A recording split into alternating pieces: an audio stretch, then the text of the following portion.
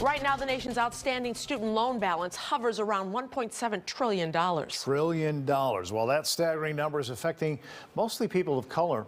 Parents and grandparents helping to fill a financial gap are also feeling the hardship of the student loan crisis. WGN's Julie Unruh is joining us now with a closer look tonight. Julie. There's a reason President Biden made this part of his agenda. Well, you can't file for bankruptcy with either a private or a federal loan. And while President Biden ran for office with a commitment to wipe out some college loan debt, so far, nothing's happened. Meanwhile, 1 in 4 Americans carry college loan debt. And while many of them are hardworking and trying to pay it off, years, even decades later, they're still financially underwater. One Chicago woman we spoke with is now looking toward retirement while she's still getting hammered with her own college bills. I really wanted to teach. That was my passion. Laura Allen had dreams of becoming a teacher someday. She was a 1992 college grad, a married mother of 3, and 31 back then. She was also working when she graduated from National Louis University with a 3.92 GPA. But that diploma required a $12,000 loan that has ballooned to over $30,000.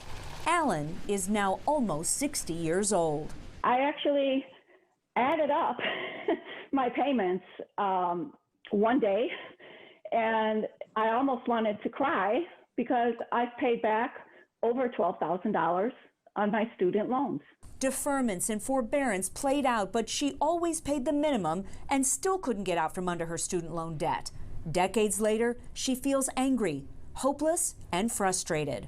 I can't possibly be the only one in this situation. And I know that even a loan shark would negotiate.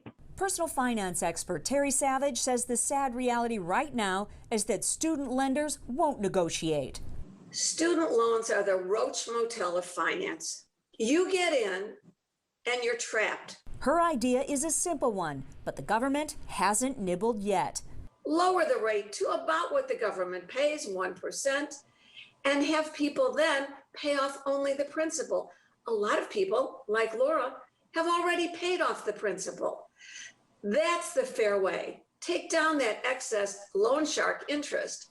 Let people pay back the original borrowings. The legislation passed by the Democratic House calls for immediate $10,000 forgiveness of student loans. It's holding people up. They're in real trouble. In 2020, Democratic candidate Joe Biden promised, if elected, to help financially strapped students by forgiving $10,000 in loans. Now, Senators Schumer and Warren want to see student loan burdens lightened by $50,000. Biden's feeling the pressure. The money lady thinks Congress needs to come up with a better solution. So unfair to people that have already paid off their loans, made a big dent in them, or the parents who saved and scrimped. Here's the 1-2 punch for people approaching retirement like Laura Allen. Savage says the government has other plans for your Social Security.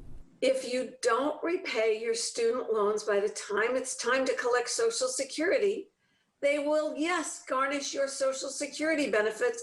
In fact, it's already happened to more than 115,000 retirees. That is Laura's worst fear. We cannot destroy people's entire lives in retirement after they've paid back the principal of their loan. It's time to adjust. It applies to aging students as well as parents and grandparents who've helped their kids and grandkids with student loans. Before the pandemic, in the second quarter of 2019, just over half of outstanding federal student loan debt was actively being repaid. Everybody else was in default or in some kind of hold or forbearance. Women hold 2/3 of all student loan debt in the United States.